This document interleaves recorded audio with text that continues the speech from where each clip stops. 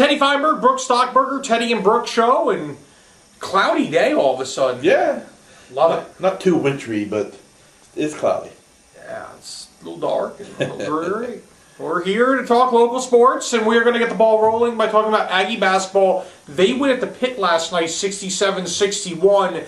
And this was a surprising game because the Aggies did not look good when they played the Lobos down here earlier this year. And I, for one, did not envision them going up to the Pit and winning. I thought they could be competitive. Lucas, did I not say they were going to be competitive? I really thought they were. You did. But to go up there and win was nice for them. Yeah, not only did they win, I mean, they jumped all over them in the first half, up by double digits, almost up by 20 points. But UNM rallied and made it a really good game there at the end, but the Aggies didn't panic. And they had a chance to panic and lose the game there. And they had a key block. Huge in the final 30 seconds. Huge block. And then got the job done from the charity stripe. I thought it was a team win. I mean, they shot 7 of 12 from three-point territory to start the game, which is fantastic. The guards really showed up. I thought their big man, I thought their front court, for the most part, outplayed UNM's front court. Brook mentioned the block by Ronaldo Dixon. I thought that was, someone's got to make a play there, and I thought that was the play of the game. Lobos obviously missed their senior point guard, Hugh Greenwood. He's a leader for them. He's a playmaker, clearly down the stretch. Their freshman, Cullen Neal, he might develop into a good player, but he's a freshman, Albuquerque kid. He's still growing into that role, so I thought that was key. But really a great win for the Aggies, and it's always good for them to win. Now they're 9-5 in conference. They beat Drake. They beat UNM. You know, they were on. It looked like they might lose some games in a row, but now you win 2 straight. Now you're 9-5, and the point is, you mentioned earlier, they could win the rest of their games on the schedule. I'm not saying they will, but they could. Here, Brook brought the schedule, and we were just looking it over. What they have about 18 games left, I think. Accordion-style schedule. That's right. And really, like you pointed out earlier, that they're going to be favored probably in every single game. But Seattle's okay. The Red Hawks are 7-3 right now. You know, they have Northern New Mexico this weekend, which should be a layup, no pun intended. South Alabama has a winning record, but you know they haven't played anybody too tough.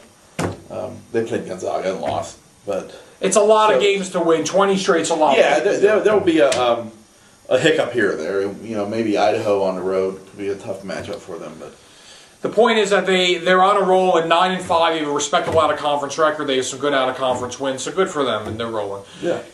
Aggie football had some big news yesterday. Austin Franklin, their standout wide receiver, he was entering his senior year, and he elected to go into the NFL draft. Yeah, you got to wonder about that. He's obviously very talented. You know, he's had some academic problems here at NMSU, and did that play a role? We don't know 100% for sure, but you know he's going to give it a try. We've had some Aggies have success recently in the NFL, so. You know, it's not like NMSU's not on the map or anything. I'm always one where I want to see the player come back for his senior season. I don't think there's any sure bets, obviously, but if you can come back for your senior year and really solidify yourself, I think it increases your stock. Obviously, Austin, I think, has the framework or the foundation to be a pro prospect when you consider his size, his speed, his strength, physical kid, great after the catch. His issue, of course, is going to be experience or lack of experience, because again, he's coming as a junior, and just maturity, you know, and that's always the key factor when you come out early like that. If academics played a factor, and the bottom line is this: if he felt like academics were going to be a factor, this kid has to play football. And if he wasn't going to play next year, and again, this is all hypothetical, but if academics were going to play a factor in his eligibility next season, that would have been a crushing blow. I can understand him wanting to come out if that's the case. Being a little more fresh, you know, just coming off a season instead of coming off sitting out for a season, if that is the case, type of thing. But you're right, you like to see him come back, unless you're a Johnny Manziel or something, unless you know you're going to be a first-round draft pick. I always like to try to get the more seasoning, but we wish them all the best, of course.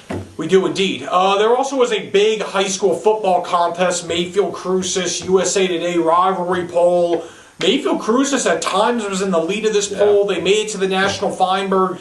The National Feinbergs. Did I just say that? We're going to keep rolling. At least it's not Feinberger. They made it to the National Feinbergs, and in the National Feinbergs or National Finals, they lost to a rivalry in North Carolina. The teams scoring off were Lewisburg and Bunn. That's B-U-N-N. Bunn. Lewisburg, 800,000 votes.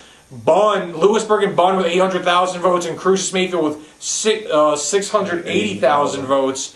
But they made it to a national final. Yeah, I mean, it's obviously a great rivalry, one of the best in the nation. I would have been great for them to win that. I know a lot of people were really getting out the vote. They were on Facebook saying, vote for Cruces-Mayfield rivalry. And I guess North Carolina just got the vote out a little better. I mean, our very own Steve Ramirez voted 100,000 times. But, obviously, Mayfield Cruces, it's tough for me to envision another high school rivalry. I'm sure it happens, but 27, 28,000 at these games, it's just unbelievable. Yeah, for a high school game, that's just, I can't, I come from Pennsylvania, you come from back east, New York. High school football's big there too, and there's a lot of big rivalries, but I can't imagine that kind of a crowd. It's unbelievable. And everyone obviously buys in. I clearly, you would have to think it's one of the best in the nation. They nearly won the contest. They did not win the contest, but obviously the rivalry continues to grow. It continues to pick up traction. And again, they made it to the National Feinbergs. That was a big, big factor. So, folks, thanks for checking us out as always. lcsun-news.com all day, every day. It's important to point out we're going to be going on a 2-week hiatus here with the holiday season coming up, Christmas, New Year's.